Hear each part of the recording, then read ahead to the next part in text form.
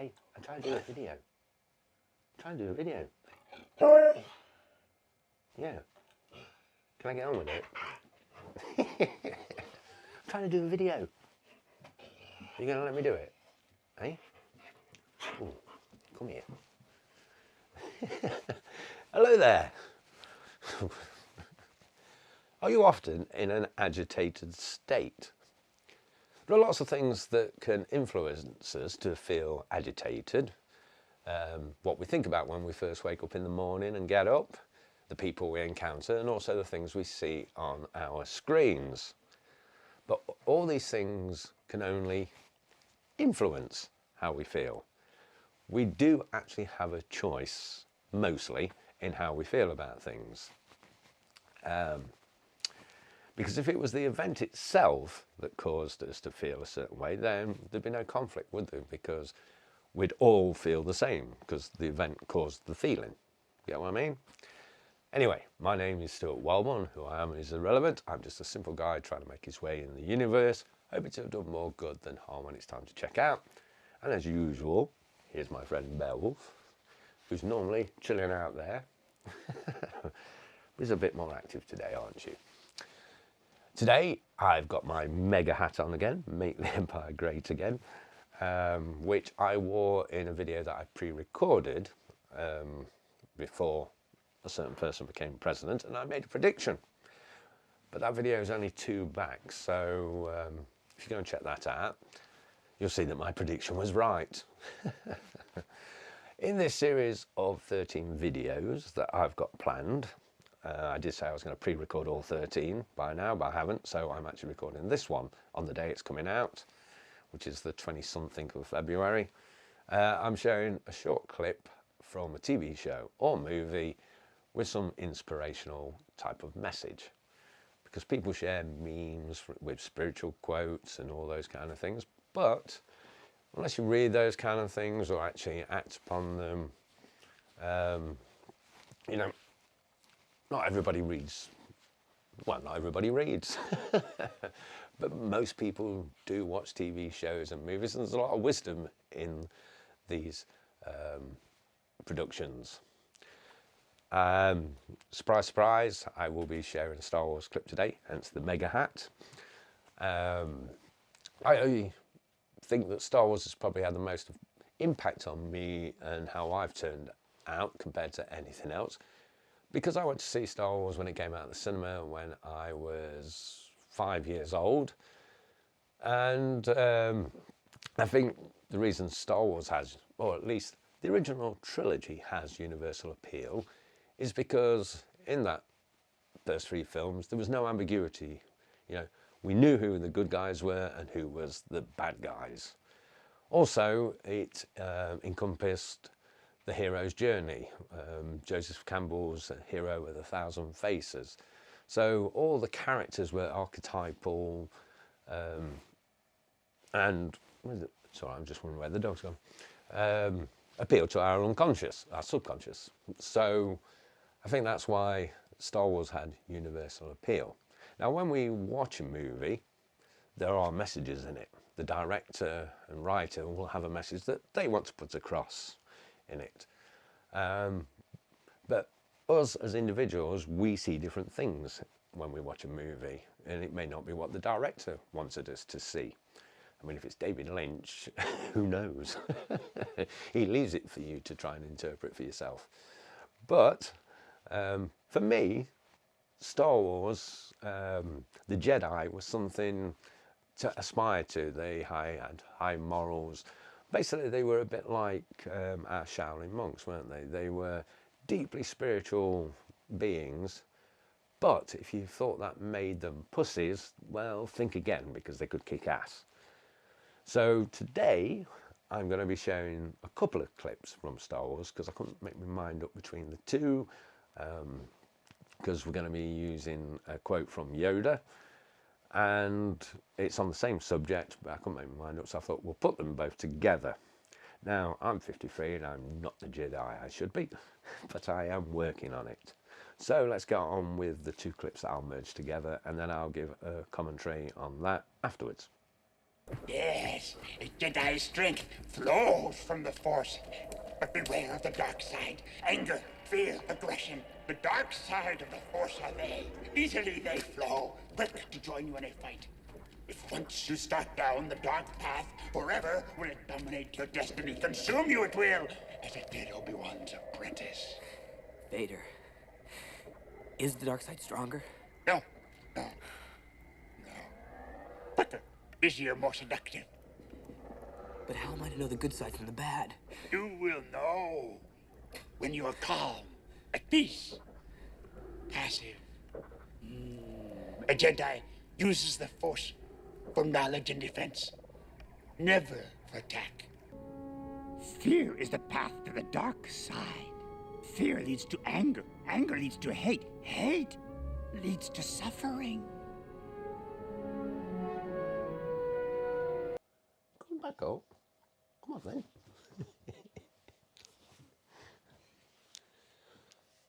Okay, for me, that is one of the most profound quotes, I think, in Star Wars. As you can see, Belle's just come back and I've taken my top off. Spring must be in the air because it's actually warm in my house and I've not got the heating on. Not that I can afford to do that. Anyway, fear leads to anger. Anger leads to hate. Hate leads to suffering. So let's break that down into the little pieces, shall we? Fear. We're worried that something's going to happen to us, one of our loved ones, or something that we possess, whether that's something physical or an ability or a way of life. Anger.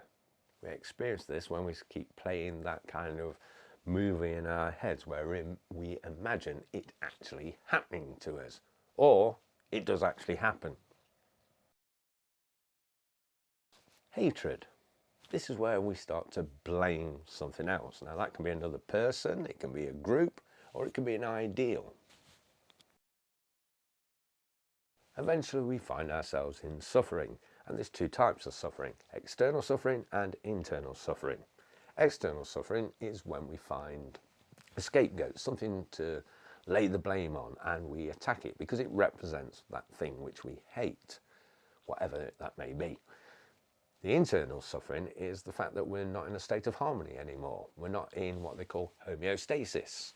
We are, in fact, agitated. Now, to illustrate this, I'm going to give a couple of examples. For the first example, I want to use something that's quite common, that happens to most people. I've been through it, and that's a relationship breakdown. It's a good example. Most people will go through this at some point. Not everybody, but most. So let's go through the fear cycle. I mean, in the beginning, everything's rosy, just starting to find out about each other. But eventually, once you've been together for a while, then things become, normal and everyday, and communication may not be what it should be, and you start taking each other for granted. After this is when the fear can kick in, and that's when one or both people in the relationship start thinking that the other person is cheating on them. And then you move into anger because you start imagining these things in your head and you see things maybe in the wrong light. Evidence is stacking up that supports this theory that, hey, they're cheating on me. Maybe they're doing something they've never done before. You become, accusatory and argumentative, which is not good. And then you move into hatred when that partner decides to leave you. Now that could be because they've actually started to see somebody else now, which they may not have been doing in the first place. They could have been cheating on you all this time, so you may have been right. Or they've just left you because of the person that you've now become, because you're not the person that you were when you were first in the relationship, are you? Because you weren't argumentative and accusatory in the beginning. So then we move into the suffering phase, don't we, in a relationship, where that hatred is towards the other person and towards ourselves, because there's the external side of that suffering, which is, as we see quite often, is domestic abuse. or it can be messy divorce.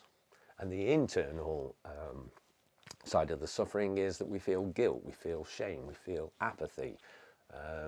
You know, this can put you off wanting to be in another relationship, especially if they have cheated on you, because then you don't feel worthy, or you're suspicious before you've even started another relationship.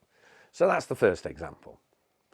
Now, most of the stuff that's going on in that cycle of fear to suffering is internal. It's all thoughts, and we can change our thoughts. It's not always easy, but we can change our thoughts.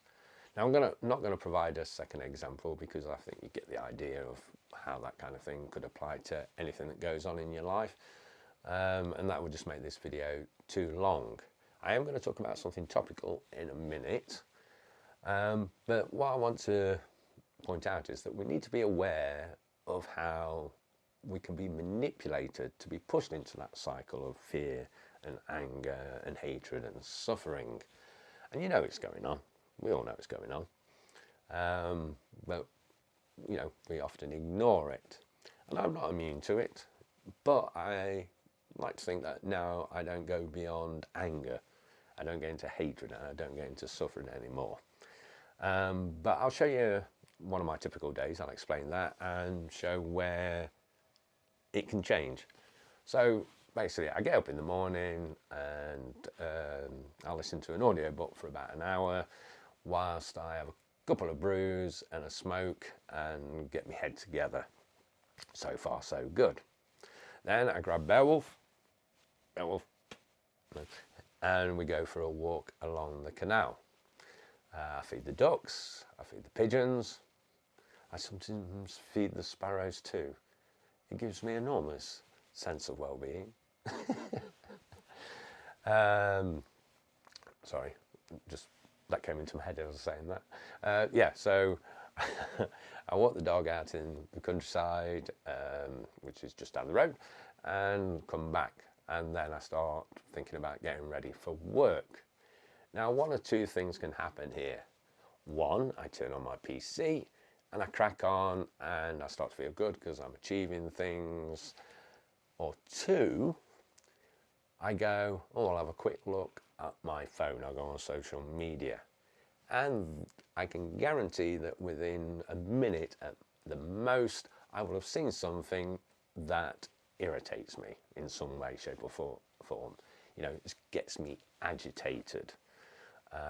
It could be a post that's just been sponsored, it can be the news, or it can be somebody I know that's just posting some political nonsense. Left or right, I don't care which side is posting it, it's something that's got me from my state of harmony into a more agitated state. So that's that point where, you know, I've now got a choice. I'm going into the fear cycle. I did say I'll talk about something topical. What was it? Oh yeah, of course. I couldn't forget that. Topical at the moment is Elon Musk and his Nazi salute, and let's not pull any punches here. It was a Nazi salute. Whether that was what his intention was for doing it is the only thing that's debatable. But to say it wasn't one is like, you know, it's like if I was to do this, everybody knows what that means. If I was to say I'm just pointing at you, you wouldn't believe me, would you? You would go, no, he's giving me the bird. So what he did was a Nazi salute. The only thing that's debatable is why he did that. Was it accidental? Was it on purpose? And all those kind of things. But I'm not really interested in that part of it. The point I'm trying to make here is that you see that, and then you see people defending it, and you go, how can you say that wasn't a Nazi salute? It's a Nazi salute. So I'm getting agitated now. But this is as far as I go then. Then I go, right, that's enough social media for me. I come out, I go and have another brew, I have a smoke, and then I get back on with my work. Because there's no point going to the, you know, the hatred of Elon Musk. I don't know the guy, I'm only seeing what's being shown to me. And if I have that hatred, I'm the one that's going to suffer, because He's a billionaire. He's not even aware of me. So why would I want to be in an agitated state about a person that doesn't know me, who's mega rich and doesn't give a fuck? Makes no sense whatsoever, does it? Damn it. There was something that I wanted to say that I forgot to say. So I am sandwiching this bit into what I've already recorded. So it'll probably be a bit weird, but hopefully not too jarring. As I was saying, Elon Musk doesn't really care about what anybody thinks about him. He's a billionaire. So whether you like him or hate him is irrelevant. But if you are one of those people who hates him, as I say, I don't do hate anymore, but if you do hate him, he's not suffering from your hate. There's you suffering, you know. And the same could be said for an ex. If you're sitting around hating on your ex-partner, then you're the one suffering. They're probably out having a good day and maybe bumping uglies with somebody else. So why sit around suffering? They're not suffering. Anything other than that, as in the external stuff, like, is wrong anyway. You know, move on, get on with your life. Anyway, the other thing I want to say is that you don't have to emulate a Jedi and give up all attachments to be happy.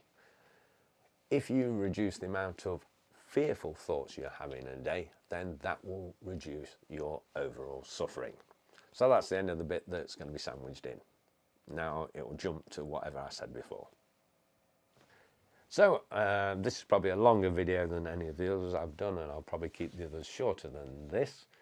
But if you found this one interesting, I will be doing 6 more at least. If people like them, I will do some more.